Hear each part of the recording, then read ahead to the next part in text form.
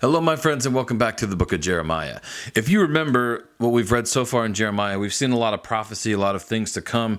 Jeremiah is giving God's warning to God's people that they're going to be judged for their sins. And even through all the warnings, they do not heed Jeremiah. They do not listen to God. And they are, throughout what we've read most of the time here, there's still been a chance to repent. There's still been time where this hasn't happened yet. This was prophecy for them. But now we're starting to get to the point where it's too late and it's going to happen. And so that's what we begin with here in Jeremiah chapter 37. So the scene changes and the story moves to a later time. If we remember the last thing in chapter 36, Jeremiah was giving them the warning, and he gave them the warning on a scroll, and the king kind of indignantly ripped it up and threw it in the fire. So you can't possibly ignore a message any stronger than that. And so the Babylonians have been laying siege to Jerusalem, but have left to deal with a challenge from the Egyptian army. The people of Jerusalem have been hoping that the Egyptians would come to their rescue. And there's also been a change of king. Jehoiakim is in exile, and in 597 BC, Zedekiah is appointed as a puppet king by Nebuchadnezzar of Babylon. And King Zedekiah asked Jeremiah to pray to God and find out what is going to happen to the people. And you see that in verse 3. And Jeremiah predicts that the Egyptians will return home and the Chaldeans, or the Babylonians, will complete the siege and destruction of Jerusalem. During the lull in the siege, Jeremiah tries to leave Jerusalem on business. He's accused of trying to go over and help the Babylonians. For punishment, he's imprisoned in the cistern of the house of the Secretary of State. And when we say cistern, picture kind of like a well in the basement type situation, right? So like he's basically in a hole, kind of like I don't know if you've seen Hannibal Lecter or... Okay, never mind. Think something like that. Like a well in the basement, and you're being held captive there. And it's dark and it's airless. King Zedekiah sends for Jeremiah and asks him privately about his messages. Jeremiah has no good news for him, only that God will give him over to the king of Babylon, and that's about it. But Jeremiah asks for better prison conditions and is transferred to the court of the guard. There he's given a regular allowance of bread right through the siege of Jerusalem. And then in chapter 38, Jeremiah is lowered back into the cistern here. And Jeremiah continues to make predictions which sound disloyal and defeatist. He's not being very upbeat, not being very positive about the state of the nation, because it's not upbeat and it's not positive. He advises people to surrender to the Babylonians and says that the fall of Jerusalem is certain. Jeremiah's enemies complain to the king, who gives them permission to treat him poorly again. So Jeremiah is lowered into a cistern where he sinks in the mud and is left to starve.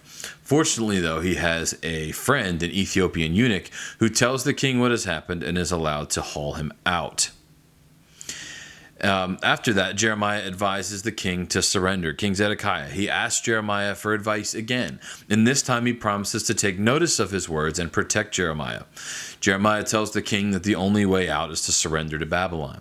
If he doesn't, he will find himself well and truly stuck, and Jeremiah knows exactly how that feels, because he's been literally stuck in the mud now for a period of time just for telling the truth. And I think what we can't forget here is that Jeremiah is facing these punishments for telling the truth, telling people what God has told him to do, and Jeremiah didn't want to do it to begin with. If you remember at the beginning, Jeremiah made excuses and he didn't really want to do this. And so then when he was faithful, his reward, so to speak, was this that he's been able to go through. And so that's kind of something that we should keep in mind through all this.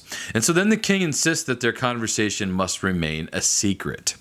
Then in chapter 39, Nebuchadnezzar finally captures Jerusalem. In July 587 BC, after a siege lasting a year and a half, the Babylonians breached the walls of Jerusalem. They captured the city and set up a ruling council in a gatehouse. Meanwhile, Zedekiah and his officials escape by night through the fountain gate. They flee towards the Arabah, the Jordan Valley to the north of the Dead Sea, as we see there in chapter 39, verse 4. The king and his staff then are pursued and caught, and they are brought before Nebuchadnezzar in his camp at Riblah. Nebuchadnezzar forces Zedekiah to watch his sons be slaughtered, and then he blinds him and deports him to Babylon. The older nobles are also killed, and Jerusalem is sacked and burned. When all is done, only the poorest people are left living in the ruins.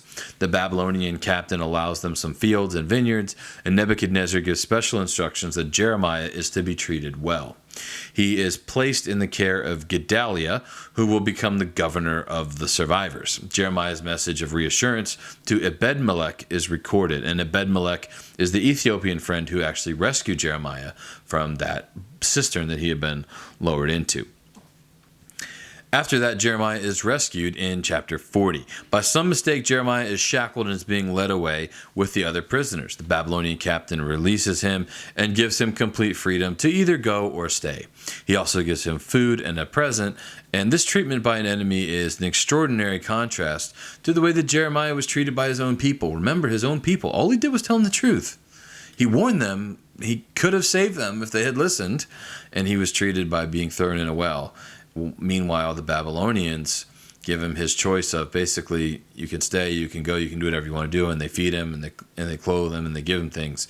And so, big difference here. Then Jeremiah settles with Gedaliah then, and Jeremiah, he goes to join him at Mizpah, a few miles from Jerusalem. Gedaliah has been made governor of the remnant, those who remain in the land after most of the population has been deported. So, if you're following this here, Gedaliah is a man that Nebuchadnezzar has put over Jerusalem, put over God's people, to basically act as a second in command to Nebuchadnezzar. So like Gedaliah is going to run this place for him.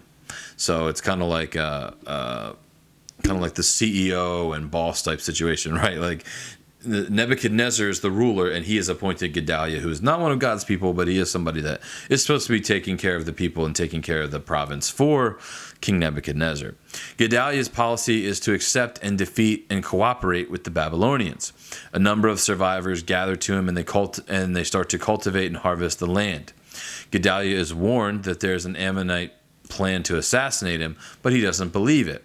The Ammonites may be wanting to move into the land left vacant by the departed exiles. So remember, these Ammonites, these are people that lived in the promised land that God said he told his people to kill them before they left, and they didn't, or before they moved in, to completely eradicate, wipe them all out, but they didn't do it. They cleared out the land that they wanted, and they kind of left some others alive, and they never fully did what God told them to do, and here they're going to pay the price again, and it constantly happens. So in the year 586 BC, most likely, somewhere around that time, a group of men arrive at Mizpah, and this is in chapter 41. They are led by Ishmael, the assassin about whom Gedaliah has already been warned. As Gedaliah shares a welcoming meal with him, he and his companions are all slaughtered. The following day, some pilgrims arrive from the north. From their shaved heads and self-inflicted wounds, they're in mourning for the temple that has been destroyed. And Ishmael massacres them too. What a guy. Ishmael then rounds up their survivors and prepares to return to the Ammonites. He's intercepted and defeated by Johanan, who decides to take the group to seek safety in Egypt. And we will see as we read on next week what happens from there. So God's people, just to summarize, before this week, they'd been warned. They'd had all these warnings of all these things that were going to happen. This week, all the stuff is starting to happen. Nebuchadnezzar has taken the land. The people are exiles now, and their capital is destroyed, and things are not going well for God's people. And the reason is because they were disobedient to him. And so we see all these things that are happening because they would not be obedient to the Lord.